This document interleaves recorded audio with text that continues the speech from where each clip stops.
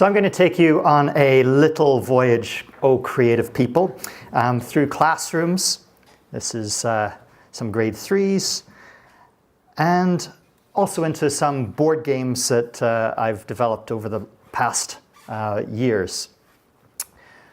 You're now in my grade 4 classroom, and you have to figure out what was I trying to do here. The grade 4 students get 5 minutes. You guys get an extra 5 seconds. Are the color lines, each color add up to a certain number?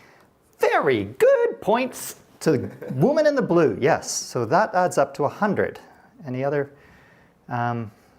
people wanting to just gaze and get some more information? So what is true of these numbers? You're thinking of a grade 4 classroom. 3 times, 4 times, 5 times. These are square numbers. That's correct. I was trying to match up numbers in pairs from 1 to 60 so that every pair added to a square number. Did I succeed? No. This is an example of me failing. This puzzle won the Math Association of America George Polya Award in 2016, and I think it's a great example of a mathematician failing. I spent an hour doing this. Do you think there's a solution to this? Hands up. People, yeah, there's a solution to this. One person. Yeah, there might be more than one. There are actually 4,300,000 solutions to this, and I failed to find one in an hour. So there's me failing. Designing board games and designing math puzzles, it's the same skill set.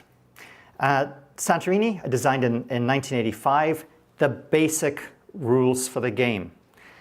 You look at the packaging, that packaging is not done by me. It's done by a genius designer, Gavin Brown, here in Calgary.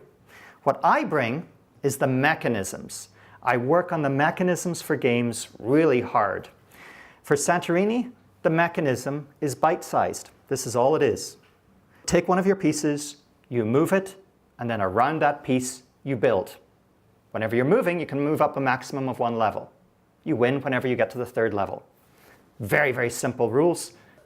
It's the simplicity and the elegance of that system which makes the game beautiful at the start. And then you start to add on different flavors, God cards that allow you to break the rules of the game in different ways. Let's bring that creative spark to the math classroom.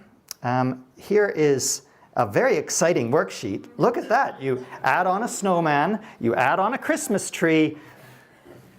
Creative, right? So this is havefunteaching.com. No, we don't want to advertise that. So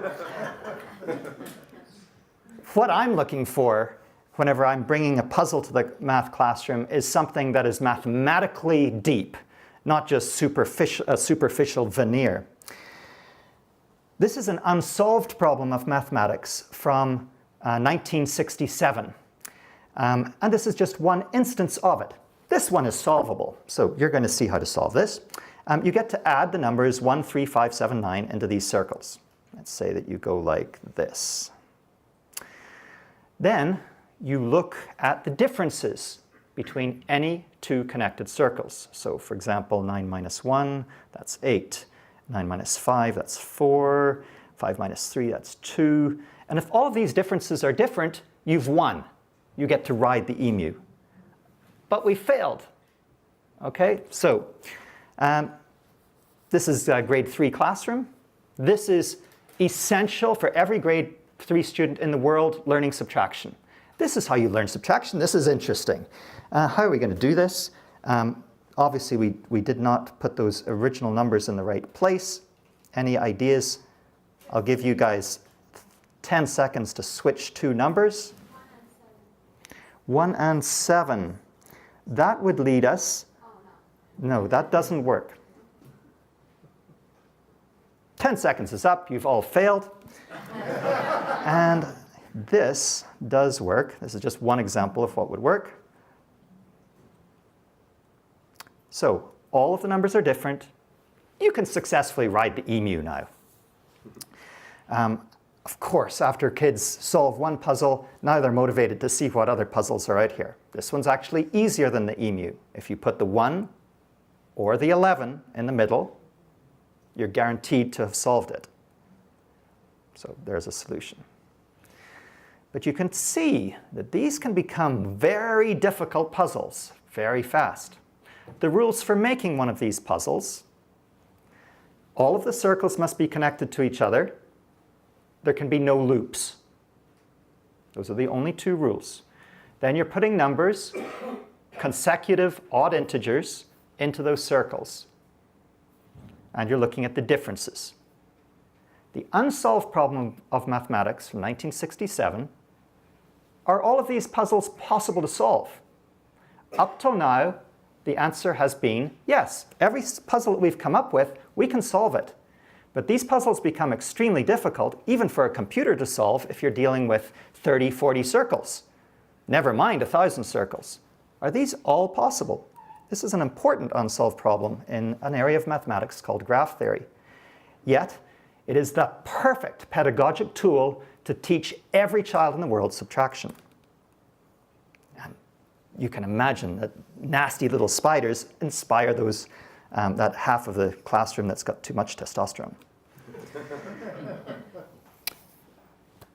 I'm also going to give a smattering of creativity from, as a teacher.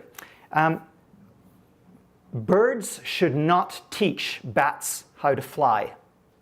Yet too many teachers, if you give them this as an exercise to teach this unsolved problem, they will go and they will work at this at home and they will try to solve it.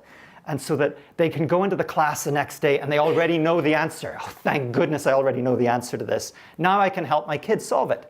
Wrong. You want to be bats as teachers. You don't want to know the answer going into the class. You want to be flying blind, just like your students. Way more exciting. Beauty over truth. So again and again, you look at this and you just cry out, where is the beauty? As a mathematician, you probably think of me as someone who wants truth. No. I want beauty. I want to express the beauty of mathematics. And this is not it. So, Piet Mondrian, born in 1872, and you look at his works, you're art critics now 100 years ago, and you say, no. This won't do. You've got 2 rectangles there that are the same dimensions. You're going to help him. You're going to say, no. Whenever you're creating your artwork, you can no longer have 2 rectangles the same dimensions. Of course, you can have rectangles of the same area that are different dimensions. That's fine. But you're going to, you can see that Piet Mondrian is going to really appreciate your feedback here. So you tell him, this is a work that I can accept. Here we have all rectangles, different dimensions. You like this. You tell him, okay, I'm going to help you even more, you say. I'm going to score each piece of your artwork. I'm going to say your score for this is your largest area minus your smallest area. So in this case, we have 9 minus 1. You're going to score that an 8. And the lowest score that you can get, that's what you want to aim for, Mondrian. You can see him just lapping this feedback up. This is the best that Mondrian can do for this 4x4 canvas. 6 minus 2 is 4. That's the lowest that he can get. But you can imagine this puzzle becomes difficult. This is the best that I could do after searching for quite a while on an 11 by an 11. And no child has yet found the optimum. Now, I was thinking I should just leave you guys in the dark here as to what the best one is. But a computer search, I don't do computer searches, but I do like the results, the beautiful results that they produce. Here is the optimal solution for 11 by 11. You get a score of only 6. I think I could probably spend a week looking for this, and I'm not sure I would find it. So difficult to find, but so interesting in the math classroom to give your child the 12 by 12. They're not going to solve it. You're not going to solve it. So you can have a competition between your class and the class next door. Which class collectively, collaboratively, can come up with the most the lowest score and maybe the most beautiful piece of artwork to go with that score. Pythagoras. So again, for that half of the classroom that's got too much testosterone, you throw in that Theseus has to go and kill the Minotaur in the lower left corner here. And each step that Theseus takes through this colonnade room of columns, each step has to be longer than the one before. So this is my first attempt. And I managed to get to the Minotaur in 15 steps. You're trying to use the most steps possible. The steps can't intersect. Remember that Ariadne gave Theseus a string? Well, that string would get all tangled if those paths intersected. So you must be really careful that you don't do that. So 15, that looks pretty good. But sooner or later, a child will discover a much better solution. Here is one that will be discovered in your math classroom. Now, this is so beautiful. This has got to be optimal, right? It's 16 steps. It's got, like, can you imagine doing better than that? Actually, you can. And that's what's really boggling, is that you look at this and you say, that's got to be the best possible. A computer search, again, has found that this is the best possible. 20 steps. This would take at least a week to, this might take a year for you to find this. Very difficult, but fun. And you don't have to know the optimal answer. This is a great way to just erase the possibility of knowing the possible answer. If you go high enough, no computer can solve this if you go high enough. But even just a 5 by 5 is a beautiful introduction to Pythagoras for your math classroom. Time for me to show you another board game. This one is an utter failure in the marketplace, and I don't care one whit. First of all, I just want you to enjoy watching the game being played without knowing any of the rules. First of all, you see that it's a continuous placement game, not a discrete placement game like nearly all games. I'll take you to the end. Here, white has won. This is a connection game. White has to connect up the white region to the white region. Black has to connect up black to black. I'll just show you the core mechanism, which is so beautiful. If you are joining, making a perimeter like this, that perimeter must have a majority. It must be either mostly white or mostly black. So this is a legal move. And that turns that region all white. This move is illegal because this is 6 black and 6 white on the perimeter. Such a simple rule, and yet this is the core element of this game. And it turns out to lead to much complexity. Simple rules leading to complex, interesting results. That is what I'm looking for in math puzzles, because that's what makes it interesting for me as a mathematician. I want, whenever I design a game or a puzzle for a grade 1 classroom, I don't want to know the answer. I want to be curious. We're going to do another game here. This one I use in kindergarten, and you're all going to participate. I want you to think of a number. 0, 1, 2, 3, 4, 5, 6, 7, 8, okay, everyone's thought of a number. Close your eyes. Everyone thinking of the number 0, raise your hand. Everyone thinking of the number 1, raise your hand. Number 2, raise your hand. Number 3, raise your hand. We've got 3 number 3s. You have all lost the game. You can open your eyes. Anyone with number 4, raise your hand. We've got a single number 4. You win. You are the person that chose the lowest number that nobody else chose. We're going to play it again. Everyone.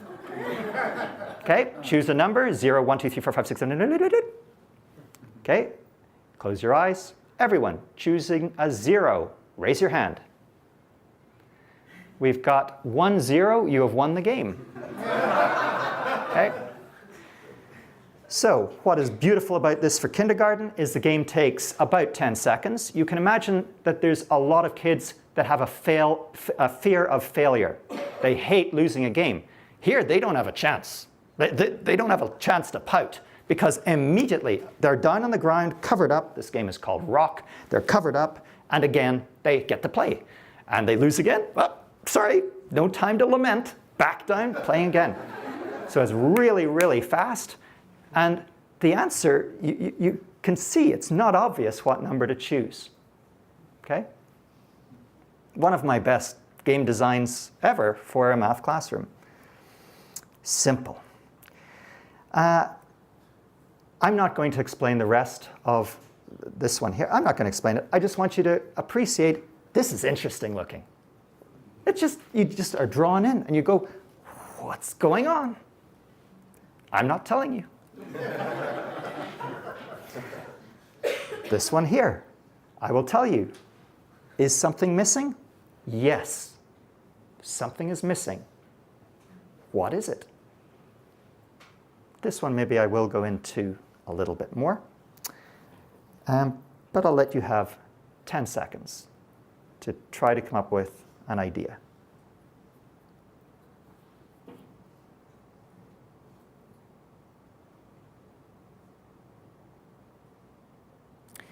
And you all fail.